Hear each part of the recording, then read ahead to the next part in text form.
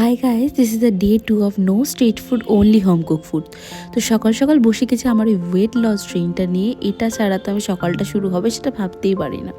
তারপরে খেলাম আগের দিনের রাতে ভিজিয়ে রাখা ডিটক্স ওয়াটারটা, সেটা এত রেড লাগছে কারণ বিটরুট দিয়েছিলাম। তারপরে খেলাম একটা ডিম সেদ্ধ আর সঙ্গে এই গ্লো ড্রিঙ্কটা। এটা আমার এত ম্যাজিক্যাল একটা ড্রিঙ্ক, আমাকে পুরো স্কিনটাই চেঞ্জ করে দিয়েছে। তো এটা আমি তো রোজই খাই, একদিনও ভুলি না। মাকেও এক গ্লাস ডিটক্স ওয়াটার দিলাম, মা রান্নাবান্না করছিল প্রচুর, রান্নাঘরে গিয়ে দেখলাম।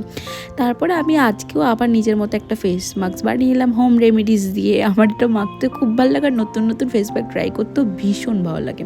পুরো বডিতে ইউজ করে নিলাম। স্নান টান করে এদিকে আমি চলে এসেছি। আজকে আর শ্যাম্পু ট্যাম্পু কিছু করিনি, এসে স্কিন কেয়ার করলাম। স্কিন কেয়ার মিন্স ময়শ্চারাইজার আর সানস্ক্রিন ইউজ করে নিলাম। তারপরে আবার জলও খেলাম। আমি তো ডিটক্স ওয়াটার মানে প্রচুর জল খেয়ে ফেলি, 4 লিটার তো হামেশাই জল খাওয়া হয়ে যায়। আর যত জল খাওয়া হবে না তত স্কিনের গ্লোটা তত ভালো হবে। তারপরে লাঞ্চ করে নিলাম, যে ছিল ভাত, মাছের ঝোল, চিংড়ি মাছ, অনেক কিছু ছিল। তো সব করা দিয়ে আস্তে আস্তে করে খাওয়াটা কমপ্লিট করে নিলাম। দুপুরে আর ঘুমোইনি, হাঁটাহাঁটি করছিলাম। বিকেলে 1 কাপ ব্ল্যাক কফি খেয়ে দুপুরে খাবারগুলো দিয়ে রাতে ডিনার করে পড়তে বসেছিলাম।